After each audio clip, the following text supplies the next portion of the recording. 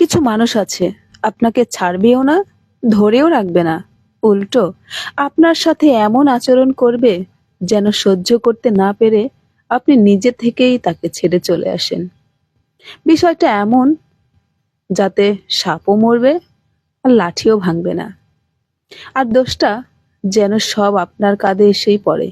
কেননা মিথ্যে ভালোবাসা আর অভিনয় কতক্ষণ করা যায়, একসময় বিরক্তিকর লাগে। অধিকাংশ মানুষ প্রশংসা লোভে করে, সমালোচনা করে হিংসায়, আর সম্পর্ক তৈরি করে স্বার্থে।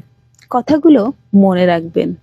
আবারও বলছি, আই রিপিট, অধিকাংশ মানুষ প্রশংসা করে লোভে, আর সমালোচনা সেটা করে হিংসায়। আর এটাই হচ্ছে চিরবাস্তবতা। কেউ মানুক আর না মানুক, সত্যি কখনো মিথ্যে হয় না।